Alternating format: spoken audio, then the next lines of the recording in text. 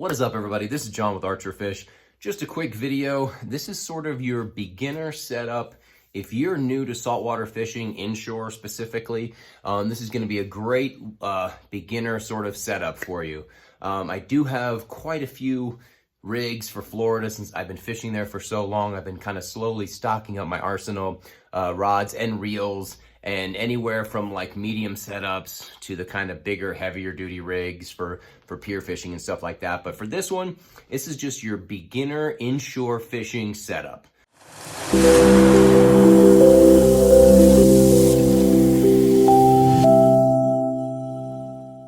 And I'm going to give you a couple of different options, tell you where you can buy them. I'm going to put some links below. So if you're new to inshore fishing, saltwater stuff, or if you know someone who's going to be doing it for the first time, these are some great options to get them rigged out, you know, very inexpensive. You know, maybe you got some gift cards for Christmas, you know, you can kind of rig these up and they'll be ready to go to hit the water and start catching some redfish, snook, you know, sea trout and drum and all those things. If you like this content, you like this all of this stuff, please like, subscribe, share, comment. If you have any other options, choices, things that have worked well for you. I'm not a huge tackle junkie, like I've said before, but you know, I love recommendations and I love trying new things. So without further ado, here's your sort of beginner inshore fishing setup. So I've got what I like most of the time, because you never know if you're going to catch a 12-inch sea trout or you're going to catch a 30-inch redfish or, you know, a 31-inch snook, whatever it is, you know, or a drum or something like that. Those fish pull hard. Maybe you're going to hook into a shark, whatever it is. These fish pull hard, so you've got to be prepared. With that said, you know, if you're like trout fishing or you catch smaller fish, you don't want to overdo it. You don't want to have these giant sort of big setups and you just kind of horse the fish in, you know. So I like a medium setup, especially for like beach fishing. If you're in a boat for the inshore stuff, you know, if you're not, you know, using heavy duty gear, you know, it's much lighter to carry around these things and go just sort of, it's almost like bass fishing, you know, you like to have almost identical bass gear. And that is, again, that's for the inshore stuff. You know, it's just more of a challenge. It's more fun. You catch a 30-inch, 24-inch redfish on these setups and they go for a run. It is a blast. So that's why I kind of like more of a medium setup, unless I'm specifically targeting big fish or, you know, giants off of piers. You never know what you're going to get. And even then, I've gone with the medium stuff. My first YouTube video was me catching these bull reds off Sanibel Pier, and I was using a medium setup identical to this, and it was a blast. But I've also lost a lot of fish by doing that, so I don't recommend the medium setups unless you know you can get them out from under. So with that being said, I've got a few different rod choices. One of them, and they sell these all over the place, especially at like Bass Pro Shops and stuff like that, and it is the what is the Ugly Stick GX2 or something like that. I've got quite a few of those down in Florida waiting for me, because they're kind of your most basic setup for medium-sized rods for ocean fishing. And they're only about 60 bucks, so you can pick one of those up very easily. I'm gonna put links down here in case you need to pick one up. And they're not bad. They do the job. You know, you can work baits with them. You can lures and stuff. You can let them sit with live bait. The only thing is that the tips seem to be very, very sensitive to me.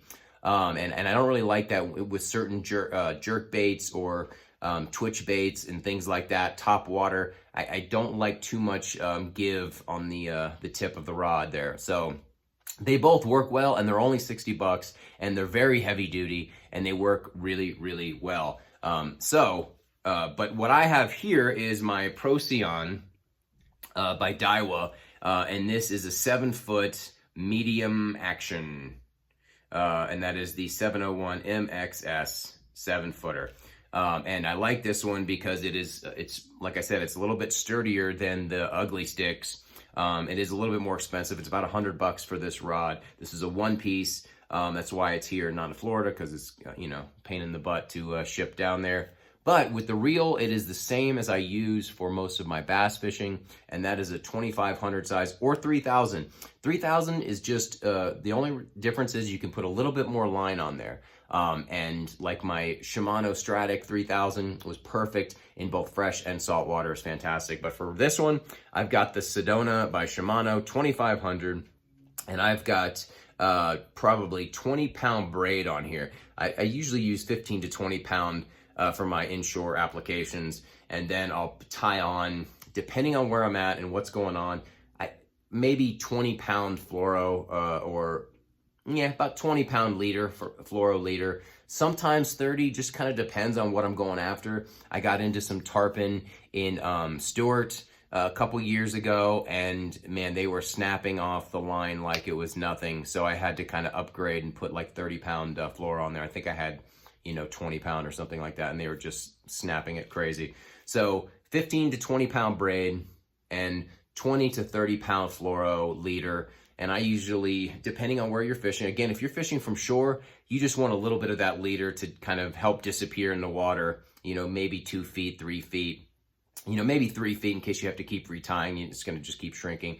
And then so if you're using lures and stuff like that, or even live bait, your leader doesn't have to be that long, maybe 3 to 4 feet if you're continuously retying. So anyway, it's about $99 for this rod, and about $70, $69 to $72 for the reel.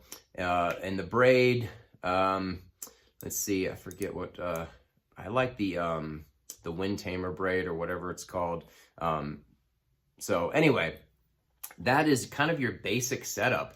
I like a 7-foot rod for the inshore stuff, and a reel like a 2500 or a 3000. Again, this is the Shimano. It's only $70. It's not quite their bottom of the line like the Sienna, which can feel a little chintzy in your hand, even though I've caught plenty of fish on them. This one feels a little bit sturdier, but it's not too pricey. So again, for beginning stuff, this is fantastic for inshore fishing. I'm gonna do another video soon on some of the lures that I use for inshore fishing, catching snook and tarpon and all kinds of things. So yeah, that is it. Very basic setup for inshore saltwater fishing for you right there. Thanks for watching, everybody. Please subscribe, comment, like, share, all this good stuff. I'll see you tomorrow.